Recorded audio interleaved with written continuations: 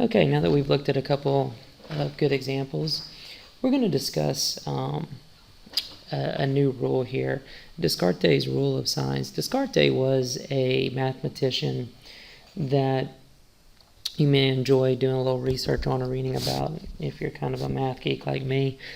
What he did is through his work through polynomials, he just noticed a common pattern start to take place, and he came up with a rule that can basically predict what the sign is going to be of your real roots in a polynomial function, and also how many positive and negative roots we're going to have. And according to the amount of real roots, we could then predict how many imaginary roots a polynomial has. So if you look here at the Descartes rule of signs, it basically tells us this. If we write the polynomial in standard form and count how many times the sign changes, that will tell us how many positive zeros there are, positive real zeros there are in the polynomial. Or it could be less than that amount by an even number. So obviously if we had 3 possible positive roots, or 2 possible positive roots, and we took 2 of those away, those 2 possibilities are then going to the imaginary parts. Now to figure out the negative roots, what we actually have to do is we have to figure out what f of negative x is. So we have to rewrite this version of the polynomial as f of negative x and then write that in standard form. Again, we'll check the number of sign changes, and that'll tell us the number of negative zeros or roots that we have, as well as that, or 2 less, or less by an even number. Now, we're going to go through an example here and then a sample problem. What I've done is I've provided you with little tables to kind of fill in. They kind of make this process a little bit easier, but you're going to just need to do a couple simple things here whenever we go through this rule of signs. So let's take a look at it. If we come down to example 1, we start off with f of x, 2x to the third minus 5x squared minus 6x plus 4. And as you can see here,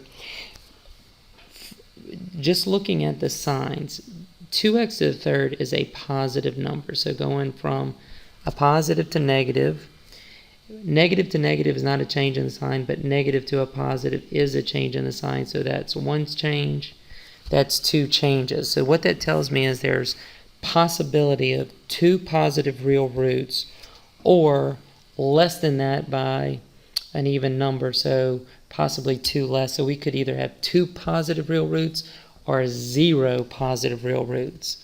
Now, to figure out the negative, we need to replace x with negative x, and so we get negative f of x. And you can see here, we have negative, we go from negative to positive there, but then we have positive again. So we only have 1 negative real root, which means to be less than that by an even number would give us to -1, which is not possible. So we know we're going to have exactly 1 negative real root in this problem. So let's take a look how this would play out in a table or a chart. This makes this so much easier. If we have 2 positive real roots, and we know we have exactly 1 negative real root, then we only have 3 total possible roots, so we would have 0 imaginary. So that's one possible scenario. However, if we have 0 positive real roots and 1 negative, then we're going to have 2 imaginary roots to fill out our 3 possible roots. Now, you can graph this on your calculator and verify which one of these 2 possibilities it's going to be. And by doing this, we can really hone in on what our possible zeros or roots or solutions are going to be. So let's take a look at sample problem number 3 real quick. Go ahead and try that process on your own, and then come back and take a look at the answer. Okay, so if we do f of x, we can see we go from positive to negative here, negative to positive there, and then we stop. So that's 2 changes. So that's 2 possible positive roots, or 0. So we can have 2, or we could have 0.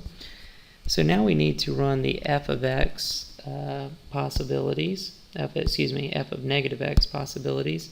And so we replace x with negative x, and then we just need to consolidate that so that we can see our sign changes. Now that we've finished consolidating it, we can then see our sign changes, which is going to be from a negative to a positive to a negative, and a negative to a positive. That's 3 possible negative roots, or less than that by an even amount. Now, we're dealing with a value, a polynomial that's x to the 5th. So we know that we could have 5 possible roots total. Well, if we have 2 positive and 3 negative, that means we have 0 imaginary roots. However, if we have 0 positive and 1 negative, then we're going to end up with 4 possible imaginary roots. So by doing this at the very beginning of the problem, you tend to give yourself some kind of clues as to what type of roots or zeros or solutions to expect as you work the problem. And as we know, if we know what our answer looks like, that gives us a little bit more confidence as we work the problem. So as we go into the last set of sample problems, you want to use the Descartes rule of sign to help you out from the beginning.